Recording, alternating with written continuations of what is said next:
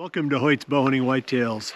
It's the 26th of November and this is really my last hunt before taking a break here at Thanksgiving.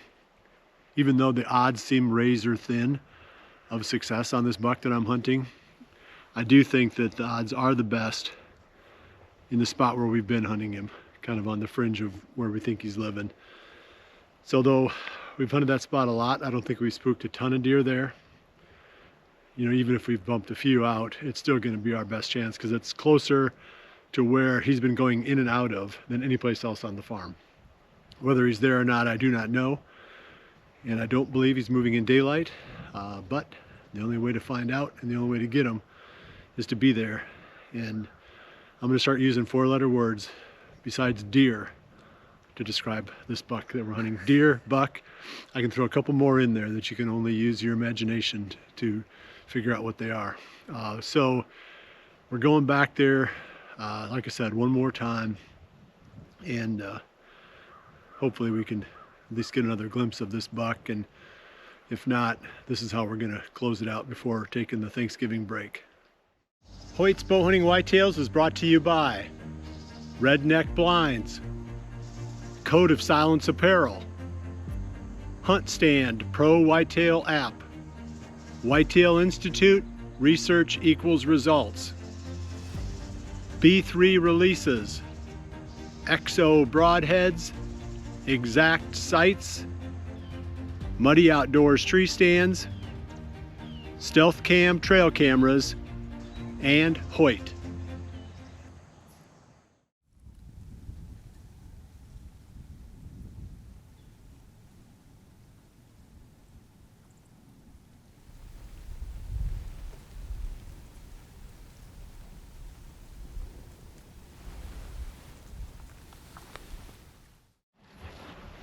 Got another picture on the Stealth Cam 2 nights ago. It was 3 a.m. I think on the 25th.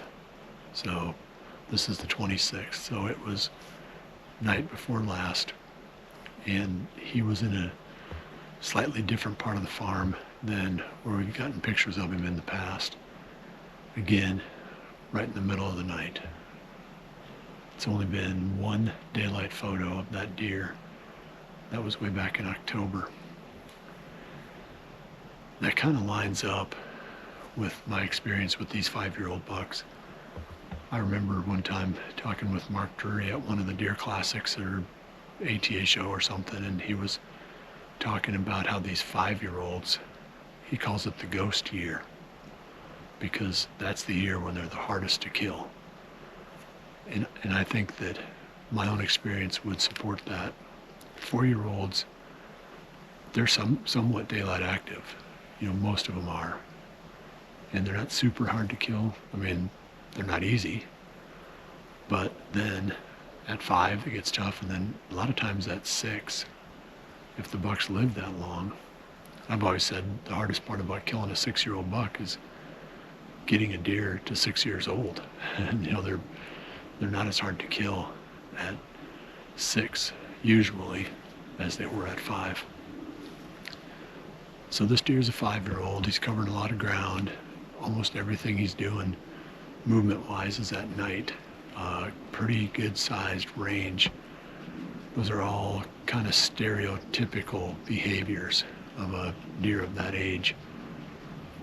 So if he doesn't die this year, it'll be interesting to see if he goes back to a smaller range and more daylight active, which again is what I've seen in the past.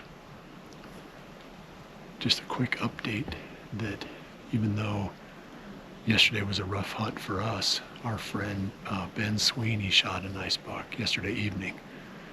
And if you remember from watching the Dream Farm series, Ben helped me out around here quite a bit with his skid loader and making food plots and cleaning up areas, and so it was good to see that Ben had some action. The buck was coming to food, kind of run down. Deer was in pretty rough shape, so it's not surprising that even though not many deer were moving, that buck was heading back to food. That's going to be the pattern now. Where we're sitting, is probably not going to be long-term the best place to be in the evenings. You're going to be better off if you've got a good food source, and the deer are moving towards that. That's the place to sit. But I wouldn't be going full scale though. I really think I'd either scout it from a distance, with binoculars, or run a trail camera in there, and don't make your move until the deer start to show, some level of daylight activity, or until you've got a really hard cold front coming, like we've got coming this weekend. Those are going to be your two green lights.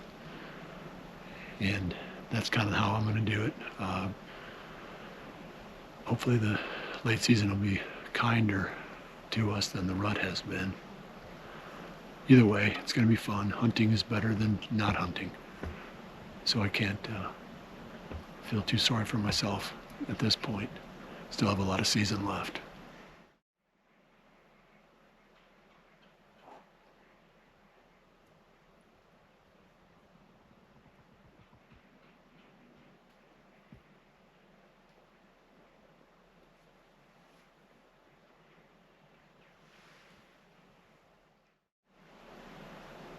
We're down to the last half hour.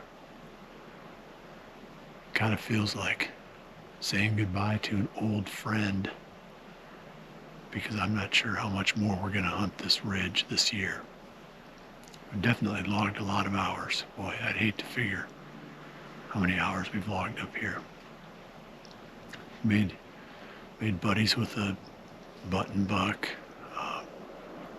Passed up a few shots at bucks, during this time, but overall, I wouldn't say we've seen tons of action up here on this ridge. Just had 2 bucks come out. Little fella came down, turned around and went right back the direction he came from. He didn't seem to have too much of a plan. Just out looking around. He's down by the pond right now.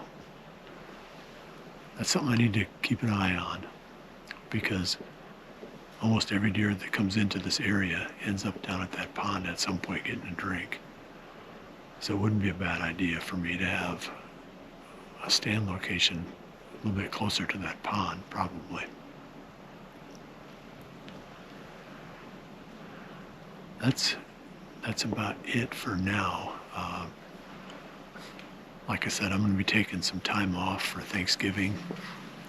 Both Carson and I wish you and your families a happy Thanksgiving. We appreciate the support that you've shown us.